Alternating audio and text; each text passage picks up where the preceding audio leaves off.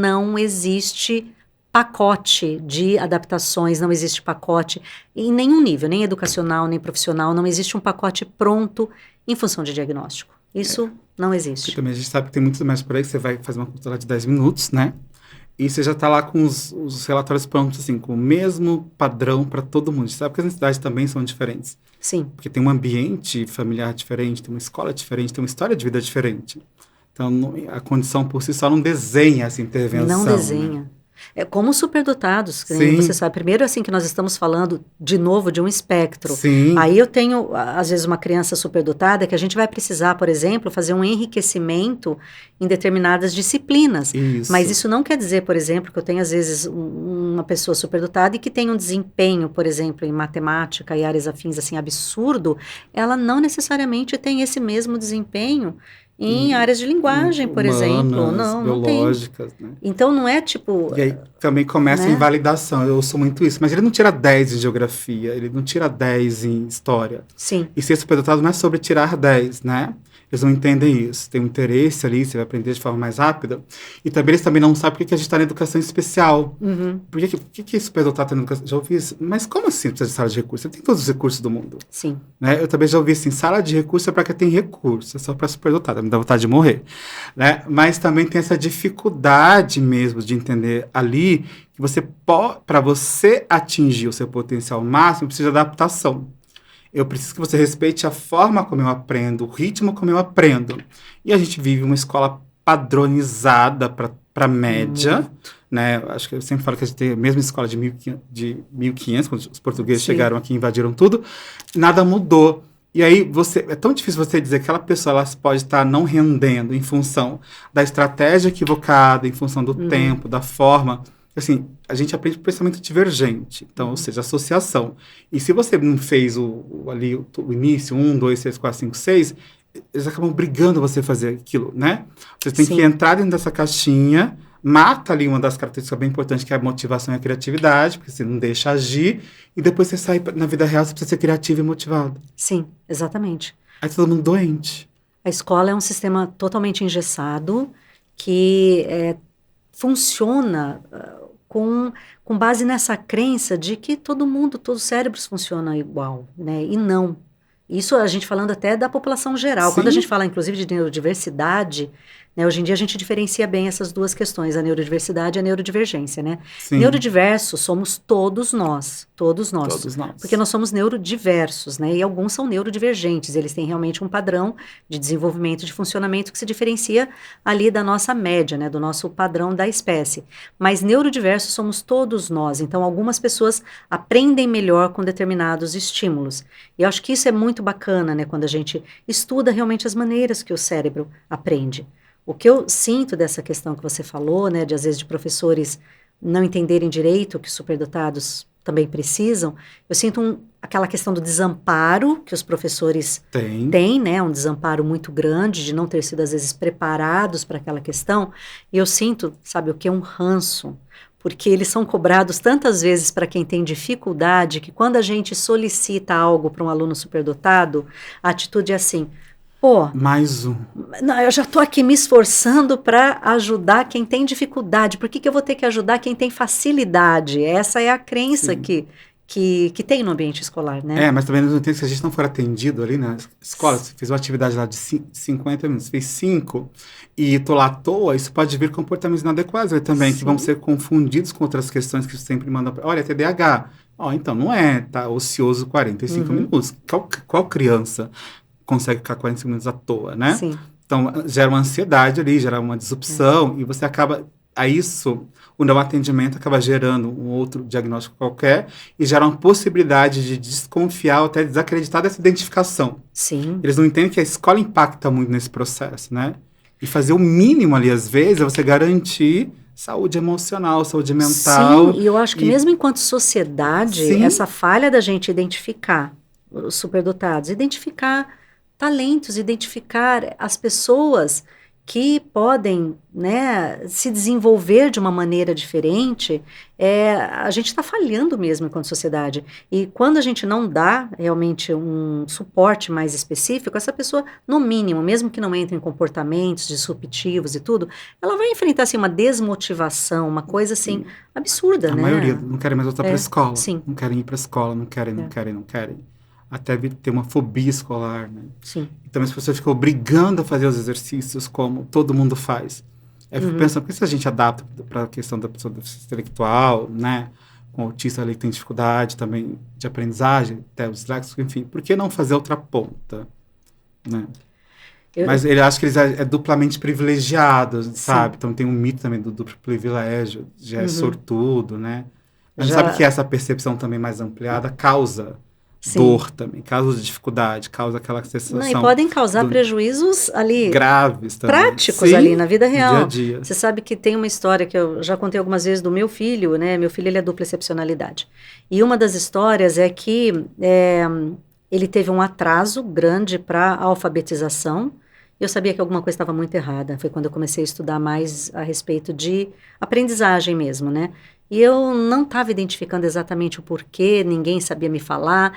E depois eu entendi, a escola usava um método construtivista, e quando a gente mudou a abordagem, ele aprendeu, foi assim, questão de dias. Sim. Mas, além dessa questão da leitura, quando nós chegamos na questão do raciocínio lógico, né, eu via que ele estava extremamente desmotivado na escola, isso já no início do fundamental.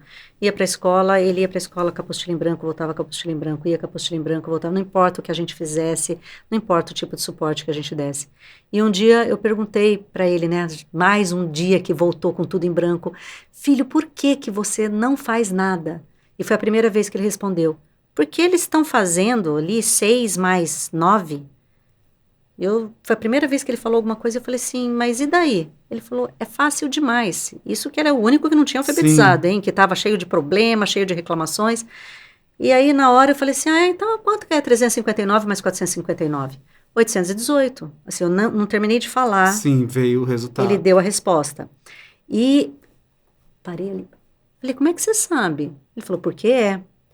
E uma das coisas que eu aprendi é porque ele não escrevia nunca, ele não fazia a conta, que é a maneira que, por exemplo, a escola ensina. E quando a gente tentava... Arma aqui, vem para cá, faz isso aqui, passo A, B, C, D.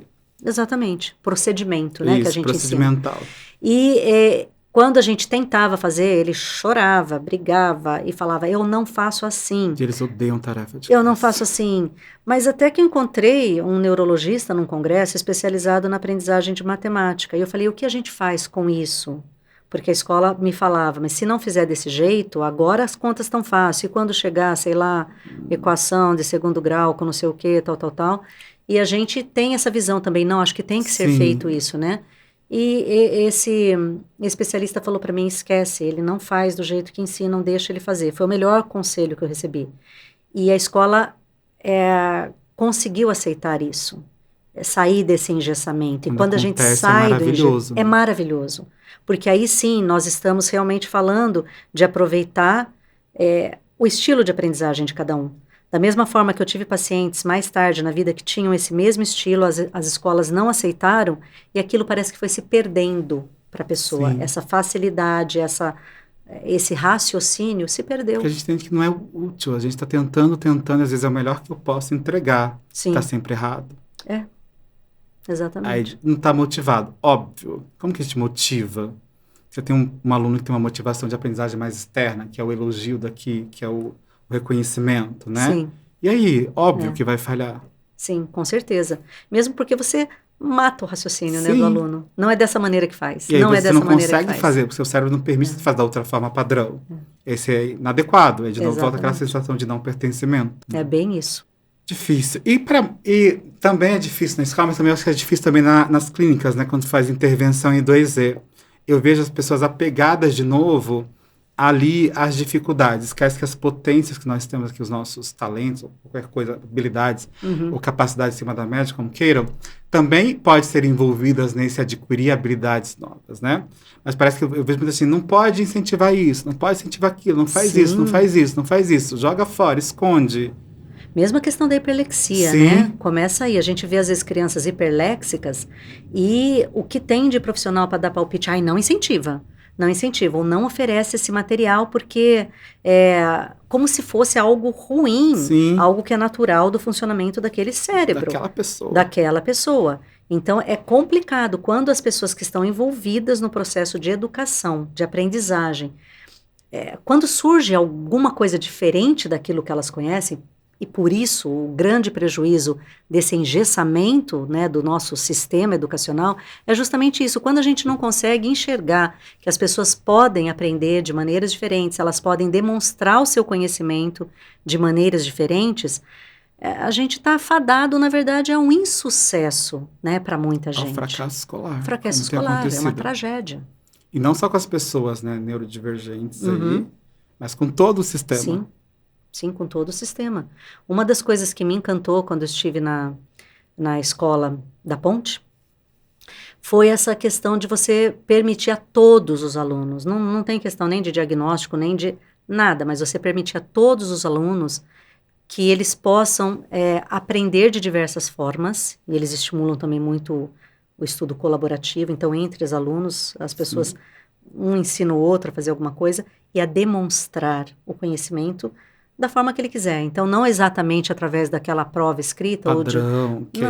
Pode ser oral, pode ser através de gravar um vídeo, de fazer uma experiência, enfim, são diversos formatos. Isso muda tudo. Precisamos entender que a gente pode demonstrar resultados por formatos diferentes, por formas diferentes. Se a gente pensar, professores queridos, nos seus filhos aí em casa, né, são diferentes, então vocês atendem às demandas de cada um. Sim. Mas a gente também entende que o profissional no país é muito desvalorizado, né? Eu dou muita formação e muitas vezes eles pagam do próprio salário, que já não é um salário tão contundente, ali. Sim. Né? E muitas vezes eles esquecem que assim, a própria DB traz a obrigatoriedade da formação continuada no seu contratante, seja ele privado ou público, ele precisa te ofertar. Mas, de novo, assim, é muito pouco falado da superdotação nessas semanas pedagógicas, e aí quase nunca vai se falar de dupla excepcionalidade. Aí que vem esse desamparo muito grande dos educadores. Se sentem cobrados demais, mas sem apoio ali da gestão. E é uma pena, porque a gente vê mesmo professores que são extremamente interessados e que, às vezes, como você diz, às vezes paga do próprio bolso por uma formação, vão atrás, porque eles têm realmente, acho que aquele interesse mesmo em entender o aluno, de ensinar, de oferecer o melhor para determinados alunos. E essa, às vezes, é a sorte que a gente tem, né, com neurodivergentes, é quando a gente encontra esses educadores. Sim, é sorte mesmo. E também seria sorte se a gente conseguisse encontrar bons profissionais para fazer essa identificação também da superdotação de forma precoce, porque tem uns mitos aí que só pode fazer aos 7 anos, não sei de onde saiu isso, mas o mito, talvez ali pela psicometria, isso lá na Primeira Guerra Mundial, de novo, quantos anos já se passaram, né? Se estabelece, mas também eu acho a dificuldade também de fazer a identificação da dupla personalidade também seria bem importante. Sim. Como que a gente muda esse cenário que eu vejo ficando cada vez mais caótico, assim, as redes sociais, todo mundo é especialista, né? Todo mundo é especialista. E eu vejo pessoas que são especialistas de verdade, sérias, com medo de dizer que é especialista. Eu acho que também era o seu caso, a gente tem vergonha de dizer. E tem aquelas pessoas, né, que faz doutorado em qualquer coisa, lá na Argentina, online, lá no Uruguai, sei onde vai fazer. Aí é doutor, não sei, doutor em agricultura. Aí tá lá, neuropsicopedagogo, né, tá falando, sou doutora. Sim. Ali também para confundir, às vezes até invalidar um diagnóstico de uma pessoa séria. A gente tá vivendo muito isso, né, atualmente, Sim. muito mesmo. Esse reinado das redes sociais está sendo problemático. Ao mesmo tempo que a gente tem que reconhecer, né, o lado bom, né, das redes sociais, então, de conseguir propagar informação de qualidade, mas eu acho que a dificuldade para o leigo que está recebendo essa informação é separar o joio do trigo mesmo, né? Qual informação que eu estou recebendo aqui que é legal? Qual que não é? Qual que é de qualidade? Qual que é de baixíssima qualidade? E uma coisa, Dan, que eu estou vendo muito em rede social, são profissionais também que se dizem especialistas, mas que simplesmente, assim, eles vomitam manuais. Tipo, eu li o DSM, eu vou lá, eu repito o que eu li no DSM.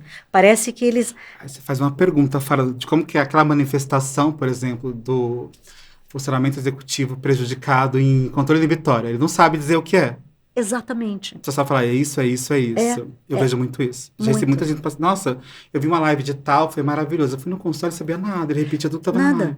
Eu vejo isso, eu vejo às vezes esses profissionais que estão repetindo, assim, parece assim, às vezes literalmente o que estão lendo, às vezes até repetindo um artigo, repetindo alguma coisa, mas não tem Sem uma análise vivência inferencial, prática. sem análise prática, Não sem o tem. chão da clínica, Não tem sem o chão da repertório, escola. exatamente. Isso que você está falando Falta agora do chão. chão. Eu acho que isso é uma das coisas, então, mais importantes que pode ficar, acho, dessa nossa conversa. Falar da importância do chão, né? Sim. Da vivência. E isso, quando você fala, como é que a gente talvez vai mudar esse cenário? Eu penso nisso. Quando a gente pensa, por exemplo, que algumas pós-graduações e algumas áreas, dentro da psicologia, vou falar, Sim. elas são feitas, a pessoa sai de lá como especialista em autismo, sem nunca ter visto um autista na vida, nunca ter visto. E online.